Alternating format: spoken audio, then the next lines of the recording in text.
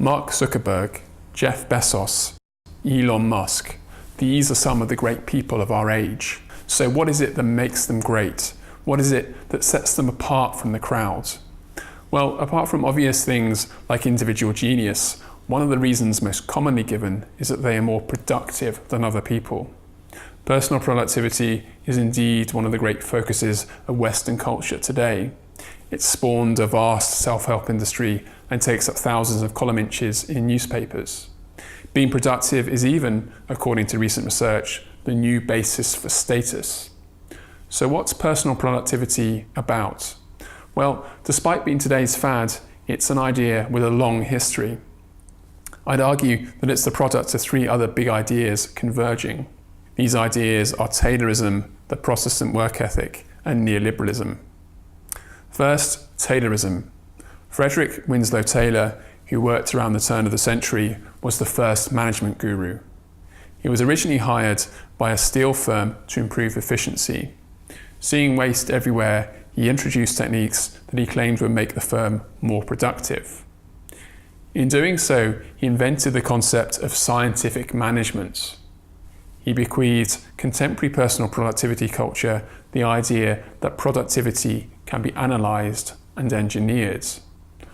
Thus, today, productive individuals must utilise numerous techniques to optimise their time.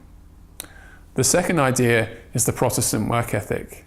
The Protestants believed that the key to salvation was hard work.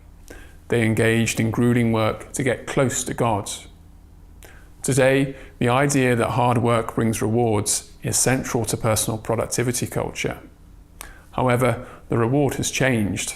It's not salvation, but material and social success. There is a democratic promise here. Just as in the past, anyone could get close to God through hard work, so today, anyone can be successful through mastering the arts of productivity. The third idea is neoliberalism.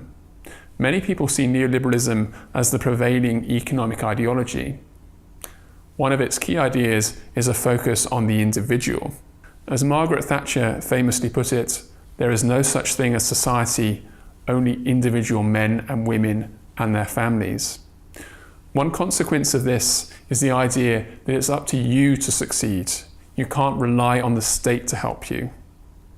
This gives contemporary personal productivity culture its emphasis on the personal, the idea that productivity is an individual and not collective concern. So here are the key influences on productivity culture. I now want to ask, what is it like to live within it? Well, it's rather frantic.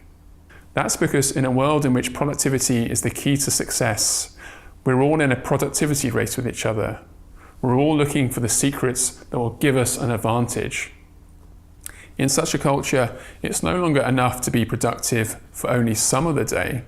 Every waking moment is now potentially productive, a resource to be tapped in our quest for success. And it's no longer enough to be simply doing one task really efficiently. We must instead juggle multiple tasks simultaneously.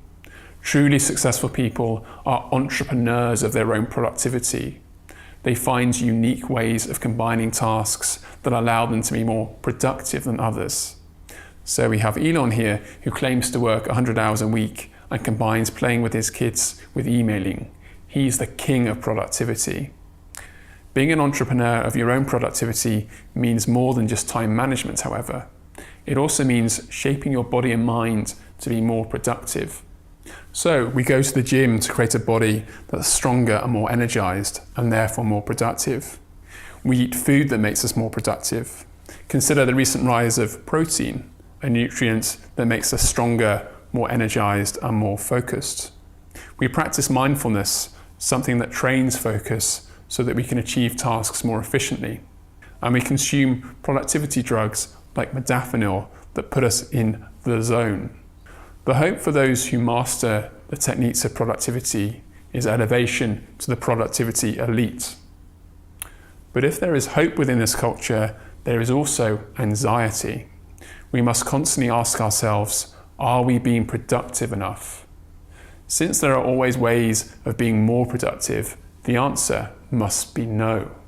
Furthermore, The requirements of constant multitasking mean that many of us face such a multitude of demands on our time that we can feel overwhelmed and unable to act. Fortunately, a saviour presents itself to us, the smartphone. The smartphone responds to our productivity needs in 4 ways. Firstly, by allowing us to master the moment. The smartphone knows exactly what we should be doing, even if we don't.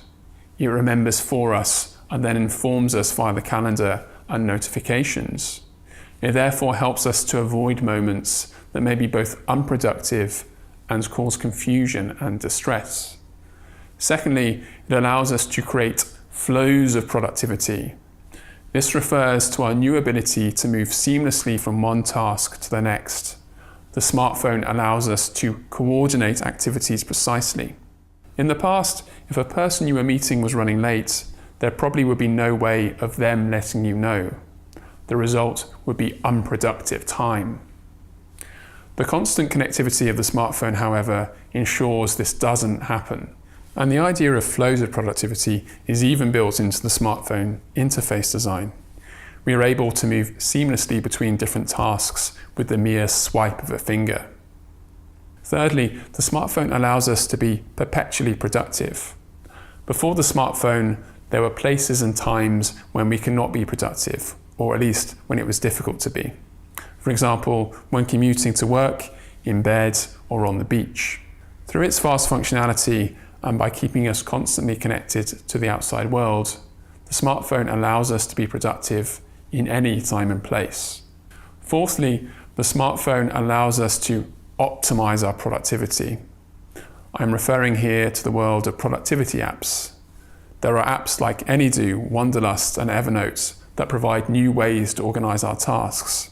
There are apps that allow us to cut off distractions and concentrate, like Freedom and Focus Lock.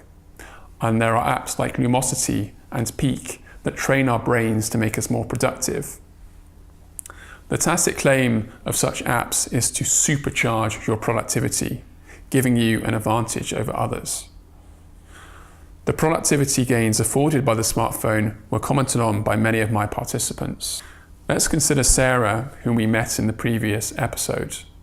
Sarah is an ambitious, driven account executive who works very long hours in a stressful job and is always on the go.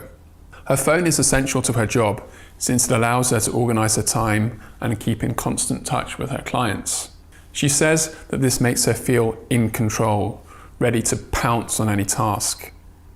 It makes her day a leisurely cycle up a gentle slope. Without it, it would be a perilous, exhausting journey up a steep mountain. But the smartphone is something of a ruse. At the same time as it appears to be our ally in managing the multiple demands on our time, it also ensnares us further in the world of personal productivity. It claims to offer us mastery over our productivity once and for all, but that turns out to be a mirage. There really is no such thing as being productive enough. There are always things we can do to be more productive.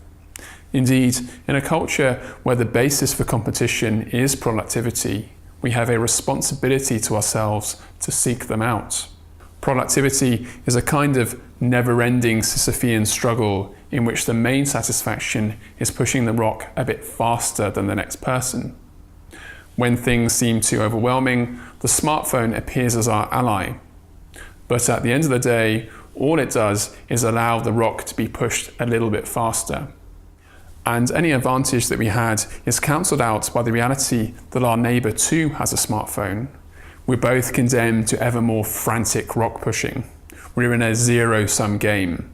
It is, however, one with serious consequences for our livelihoods. The culture of personal productivity generates the constant anxiety that we are not doing enough and the resignation that we can never truly win.